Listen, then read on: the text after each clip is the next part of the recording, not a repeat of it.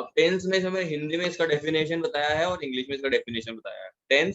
Tense is the form of a verb that shows the time something happened और is going to happen. Tense काल को बोलते हैं, समय, ठीक है। तो क्रिया का वह रूप है, जो टेंस है वो क्रिया है, क्रिया का ऐसा रूप है टेंस, समय, जो उस समय को दर्शाता है जब कुछ हुआ है या कुछ होने वाला है। या तो हुआ है मतलब वो पास्ट में, कुछ होने वाला है मतलब फ्यूचर में, प्रेजेंट चल ही रहा है।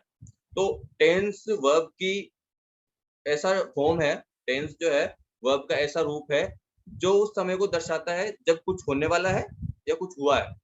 जैसे अभी हम पढ़ रहे हैं तो कुछ हो रहा है, ठीक है। हमने कल क्लास ली थी तो कुछ हुआ था, हम कल भी क्लास लेंगे तो कुछ होगा, कुछ होने वाला है, ठीक है। अभी आधे घंटे बाद आप खाना खाने वाले हो तो कुछ होने वाला है। तो टेंस वर्ब का ऐसा रूप है जो समय को दर्शाता है, जो टाइम को दर्शाता है, जो टाइम को बताता है कि कुछ हुआ है और कुछ होने वाला है। तो tense is the form of a verb that shows the time something happened or is going to happen। कुछ होने वाला है या कुछ हुआ है या कुछ हो रहा है, वो टेंस होता है। Okay, next thing is type of tenses.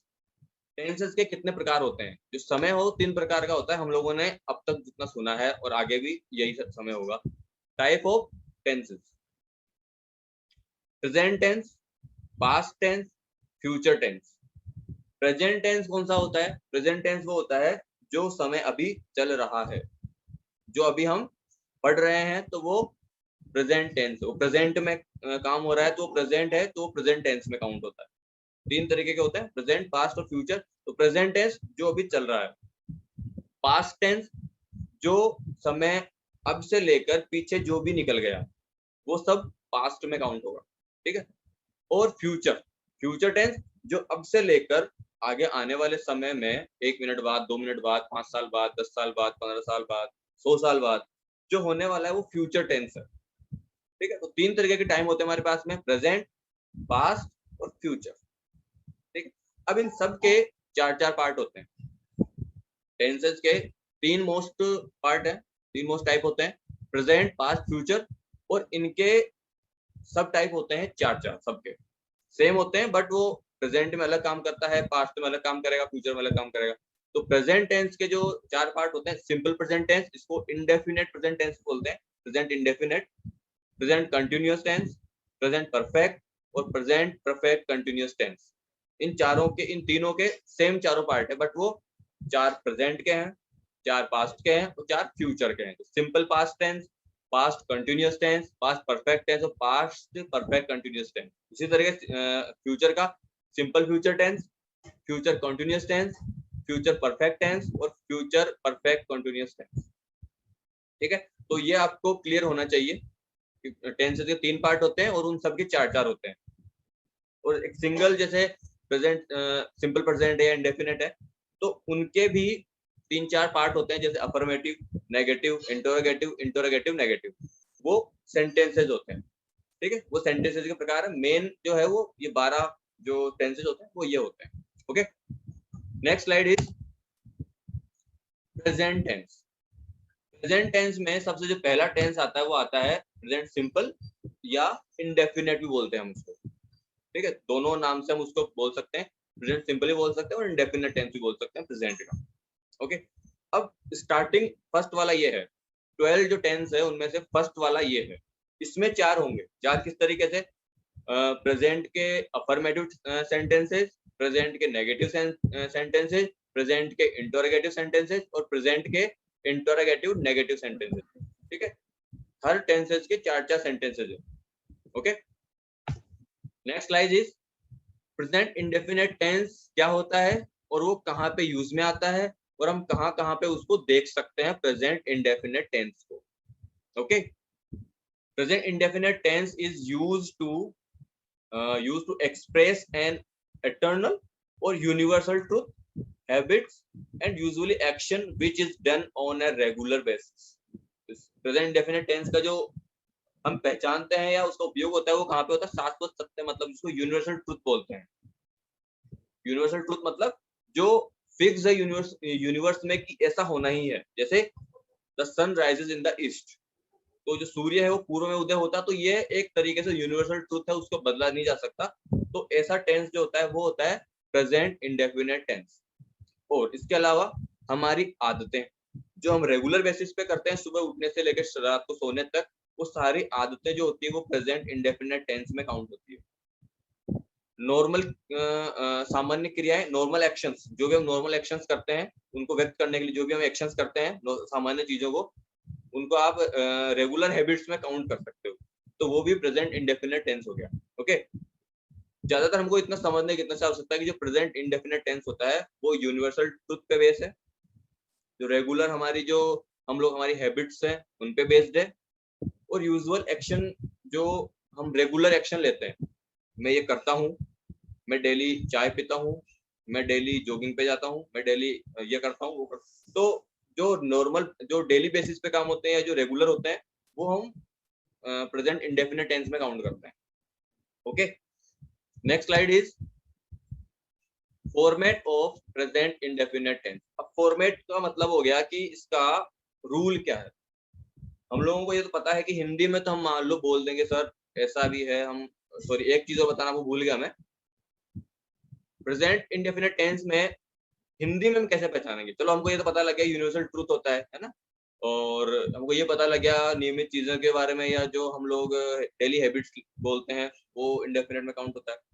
इसके अलावा हिंदी के जो वाक्य होते हैं ना, हिंदी के वाक्य में जैसे मैं ये करता हूँ तो लास्ट में ता है, इस तरीके से मैं जॉगिंग जाती हूँ, टी है, वे खाना खाते हैं, ते है, इनका प्रयोग होता है लास्ट में हिंदी के सेंटेंसेस।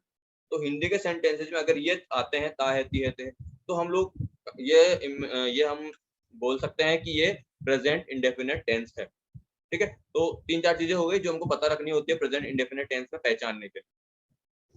अब इसका जो फॉर्मूला है बताने वाला हूँ, फॉर्मेट कि जो हिंदी के सेंटेंसेस में बोलते हैं उनको जब हम कन्वर्ट करेंगे इंग्लिश में तो हमारा फॉर्मेट क्या होना चाहिए। अब जैसे मैंने पहले बताया था कि 12 सेंटेंस है टोटल, 12 टेंसेज है, उनमें से सबके चार चार सेंटेंसेस बटे हुए हैं। तो जो प्रेजेंट इंडेफिनिट टेंस है उसका जो पहला सेंटेंसेस होता है वो होता है पॉजिटिव मान लो, या अफर्मेटिव बोलते हैं जिसको, तो अफर्मेटिव सेंटेंसेस या पॉजिटिव सेंटेंसेस। तो इनका जो फॉर्मेट होता है, इसका जो रूल होता है सेंटेंसेस को चेंज करने का इंग्लिश टू हिंदी या हिंदी टू इंग्लिश, तो उसके लिए एक फिक्स फॉर्मेट है, सब्जेक्ट प्लस वर्ब, वर्ब की फर्स्ट फॉर्म, फॉर्म तीन तरीके की होती है, first form, second form, third form. तो सब्जेक्ट मैंने बता रखा है पहले, जो मैंने आप लोगों को कल या परसों बताया था जिस वीडियो में जिस क्लास में person, first person, second person, third person, उनको सबको सब्जेक्ट में काउंट करते हैं हम लोग। ओके, तो सब्जेक्ट्स वो गए, वर्ब, वर्ब मतलब क्रियाएं, क्या काम हो रहा है, प्लस एस या ईएस प्लस ऑब्जेक्ट, इसके बाद मैंने date dot dot dot dot लगा दिया। इसका मतलब जो लास्ट में जो इन चारों के अलावा जो बचेगा वो सबसे लास्ट में हम डालेंगे, वो आपको एग्जाम्पल से पता पड़ेगा कि किस तरीके से ये होने वाला है। तो सब्जेक्ट, इसको याद करना है, सब्जेक्ट, वर्ब, वर्ब की फर्स्ट फॉर्म, उसके अलावा साथ में एस या ईएस। अब ये एस ईएस कब लगेगा, कब लगाना है वो बताने वाला हूं मैं, प्लस ऑब्जेक्ट और इसके अलावा remaining part. Okay, next is in present indefinite. अभी मैंने कहा कि एस ईएस कब लगेगा, तो इन प्रेजेंट इंडेफिनिट, इस प्रेजेंट इंडेफिनिट के अफर्मेटिव में वी एड एस या ES with the first form of the verb. हम फर्स्ट फॉर्म के साथ में एस ईएस का प्रयोग करते हैं कब, when the subject of the sentence is third person singular। जैसे मैंने कल बताया था थर्ड पर्सन सिंगुलर कौन से होते हैं, he, she, name। ठीक है, तो अगर प्रेजेंट इंडेफिनिट का सेंटेंस है, ठीक है, उसमें जो सब्जेक्ट है वो थर्ड पर्सन सिंगुलर है, तो हम वर्ब में एस और ईएस का यूज करेंगे। ठीक है, तो जब प्रेजेंट इंडेफिनिट में वर्ब की फर्स्ट फॉर्म के साथ में एस ईएस का प्रयोग तभी करते हैं जब वाक्य का सब्जेक्ट जो होता है वो थर्ड पर्सन सिंगुलर हो, मतलब ही, शी, इट। सबसे पहले हमको याद रखने की आवश्यकता है कि प्रेजेंट इंडेफिनिट का टेंस सेंटेंस होना चाहिए। ठीक है, उसके अंदर दूसरी चीज हमको याद रखनी है, उसमें जो सब्जेक्ट है वो थर्ड पर्सन होना चाहिए। ठीक है, फिर हम यह याद रखेंगे कि उस वर्ब में हमको एस या ईएस का प्रयोग करना है। तीन चीजें क्लियर हो गई। अब इनमें एक चीज और कंफ्यूजन होगा कि एस या ईएस हम कहाँ पे यूज करेंगे। मान लीजिए हमको ये पता लग गया प्रेजेंट का है, इसमें थर्ड पर्सन सिंगुलर भी है, वर्ब में एस ईएस लगाना है, कंफर्म हो गया, बट हमें एस कहाँ लगाना है और ईएस कहाँ लगाना है। ओके, तो नेक्स्ट स्लाइड इज, यदि वर्ब आ रही है, जो मेन वर्ब है सेंटेंस की, उसमें लास्ट का जो वर्ड होगा, या तो वो डबल एस होगा, या ओ होगा, या जेड होगा, या एक्स होगा, या सी एच होगा, या एस एच होगा। अगर उस वर्ब में ये सारे वर्ड्स आते हैं, double S, O, Z, X, C H, S H, तो हम लोग क्या करेंगे, वर्ब के साथ में ईएस का प्रयोग करेंगे। अगर ये वाले वर्ड्स नहीं आते हैं वर्ब के एंड में, तो हम सिर्फ एस का प्रयोग करेंगे। ठीक है, अभी एग्जांपल बताऊंगा तुम्हारे को, एग्जांपल से पूरा क्लियर हो जाएगा कि क्या मैं कहाँ पे बोल रहा था, इस टाइम पे यहाँ पे क्या बोल रहा हूँ। तो यदि वर्ब का, किसी भी वर्ब का, अगर हम प्रेजेंट इंडेफिनिट टेंस की बात कर रहे हैं, तो किसी भी वर्ब का जो लास्ट वाला जो वर्ड है वो double S, O, Z, X, C H, S H है, तो उनमें हम ईएस का प्रयोग करेंगे, एस नहीं लगाएंगे। एस कहाँ पे लगाएंगे, जहां पे उस वर्ब के लास्ट में ये सारे वर्ड्स नहीं होंगे, वहां पे एस लगाएंगे। ओके, नेक्स्ट स्लाइड में आपको पता लगेगा। देखो, ओ है, जैसे गो है, जैसे मान लो वर्ब है गो, तो अगर जैसे मैं बोलता हूं मैं जाता हूं, आई गो, तो हमको पहले ये देखना, आई गो मैं जाता हूं, मतलब ये एक तरीके से सेंटेंस कौन सा है, ये सेंटेंस हो गया प्रेजेंट इंडेफिनिट का अफर्मेटिव, मैं जाता हूं पॉजिटिव सेंटेंस है, आई गो। अब जो आई है, फर्स्ट चीज क्लियर हो गई कि ये इंडेफिनिट टेंस है, मैं जाता हूं, लास्ट में ता है आ रहा है, तो ये इंडेफिनिट है। दूसरा, सब्जेक्ट देखना है हमको, अगर सब्जेक्ट फर्स्ट पर्सन और सेकंड पर्सन है, आई, वी और यू है, तो हमको सिर्फ गो का प्रयोग करना है, मतलब सिर्फ फर्स्ट फॉर्म का प्रयोग करना है, एस या ईएस का यूज नहीं करना। लेकिन जैसे पिछले वाली स्लाइड में मैंने बताया, अगर यहाँ पे, सॉरी, यहाँ पे थर्ड पर्सन हो, अगर थर्ड पर्सन होगा, थर्ड पर्सन ही, शी और नेम, तो ही हम एस या ईएस का प्रयोग करेंगे, otherwise first person second person में हम लोग एस या ईएस का यूज नहीं करेंगे, ओनली वर्ब की फर्स्ट फॉर्म ही आएगी। ठीक है, जैसे यहाँ पे लास्ट में जैसे गो है, तो अगर फर्स्ट पर्सन आ रहा है तो हम ओनली गो रखेंगे, जैसे मैं जाता हूँ आई गो, दैट्स इट। सेकंड पर्सन आ रहा है, तुम जाते हो, यू गो, तो ओनली यू गो, उसमें एस या एस का प्रयोग नहीं होगा। बट अगर थर्ड पर्सन आता है, जैसे वह जाता है, तो ही गोज, क्योंकि वहां पे थर्ड पर्सन है और इंडेफिनिट टेंस है, तो ही गोज, वहां पे ओनली ही गो नहीं आएगा, वहां पे आएगा ही गोज। ठीक है, उसी तरीके से लास्ट में, क्योंकि इसमें ओ आ रहा है, ओ आ रहा है तो ईएस लगा दिया हमने। अब डी ओ डू में भी ओ आ रहा है तो ईएस लगा दिया। अब कहीं पे ये चीजें नहीं आएंगी, तो वहां पे सिर्फ हमको एस लगाना है ओनली। ठीक है, जैसे कुछ चीजों में, जैसे अभी आगे बताता हूँ, जैसे मैं ये टीचर्स में सी एच आ रहा है तो एस लग गया, वहाँ ईएस लग गया, वहाँ पे रीचर्स में ईएस लग गया, मिस में ईएस लग गया, क्योंकि डबल एस है, जो मैंने वर्ड्स काउंट किए थे वो आ रहे हैं। अब ये नहीं आएंगे ना, ये पांचों छह, O, C H, double S, S H, X, तो हम सिर्फ एस लगाएंगे। अगर ये आ रहा है ना, ओ आ रहा है तो ओ आ रहा है तो ईएस लगा दिया, सी एच आ रहा है तो ईएस लगा दिया, डबल एस आ रहा है तो ईएस लगा दिया, एस एच आ रहा है तो ईएस लगा दिया, एक्स आ रहा है तो ईएस लगा दिया। तो थर्ड पर्सन होगा, ये वाले अगर आते हैं लास्ट में वर्ड्स, तो हम ईएस लगा देंगे, अदरवाइज हम लोग सिर्फ एस लगाएंगे। अब आपको इससे बिल्कुल क्लियर हो जाएगा मैं क्या कहना चाह रहा था, बेसिक आपको कंप्लीट हो जाएगी इससे। बेसिक इस तरीके से, अब देखो बताता हूँ। सब्जेक्ट हमारा जो फॉर्मेट था वो था सब्जेक्ट प्लस वर्ब की फर्स्ट फॉर्म प्लस एस या ES plus object plus remaining part. Okay, अभी मैंने सेंटेंस लिखा, मैं सोता हूँ, मैं सोता हूँ, तो जो ता है यहाँ पे देखो, सेंटेंस में ता है, ता हूँ, इस तरीके, तो ये प्रेजेंट इंडेफिनिट हो गया। ये हमारा फर्स्ट डाउट क्लियर हो गया कि ये प्रेजेंट इंडेफिनिट है। ओके, सेकंड इज, मैं सोता हूँ, आई स्लीप, तो मैंने आई का प्रयोग किया, आई है सब्जेक्ट, तो फर्स्ट पर्सन है, तो ओनली मैं स्लीप ही यूज करूंगा, एस या एस का प्रयोग नहीं करूंगा इसमें। ओके, मैं एक स्कूल में पढ़ता हूँ। ओके, मैं एक स्कूल में पढ़ता हूँ, I study in A school, मैं एक स्कूल पढ़ता हूँ, I study in A school, तो वापस जो आया है इसमें सब्जेक्ट, वो आई आया है, तो आई के साथ में फिर मैं क्या करूंगा, फिर मैं फर्स्ट फॉर्म का यूज करूंगा, स्टडी लगाया मैंने यहाँ पे, तो इसमें फर्स्ट वही आएगा, इसमें एस या ईएस का प्रयोग नहीं होगा। अभी जैसे नीचे चलते हैं हम लोग, वह सुबह जल्दी उठता है।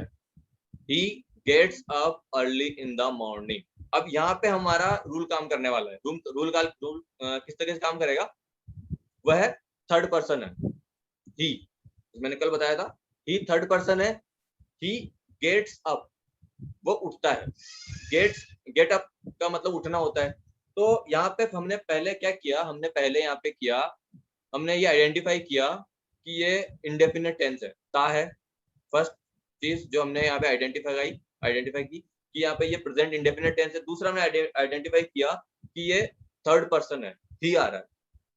ठीक है, तो इंडेफिनिट टेंस और ही थर्ड पर्सन। तो हम क्या करेंगे, वर्ब में एस या ईएस का प्रयोग करेंगे, राइट। एस कहाँ पे लगाएंगे, ईएस कहाँ पे लगाएंगे? एस वहां पे लगाएंगे जहां पे लास्ट में O C H S H X ये सब नहीं आ रहा हो, तो हम सिर्फ एस लगाएंगे। अदरवाइज हम अदरवाइज ईएस लगाएंगे। जैसे यहाँ पे आ रहा है, वह सुबह जल्दी उठता है, he gets up early in the morning. तो यहाँ पे जो ही है वो सब्जेक्ट थर्ड पर्सन है, GET, गेट। लास्ट में टी आ रहा है। जो ये पांचों जो मैंने ये वाले बताया था ना आपको, इनमें से एक भी नहीं आ रहा लास्ट में। देखो यहाँ पे जो ये आ रहा है ना गेट्स, यहाँ पे टी आ रहा है, यहाँ पे इनमें से O C H S H S H X, इनमें से एक भी नहीं आ रहा, सिर्फ टी आ रहा है। तो इसलिए मैंने यहाँ पे ओनली एस का यूज किया। तो वह सुबह जल्दी उठता है, he gets up early in the morning. Okay, third person है इसलिए एस का यूज करेंगे।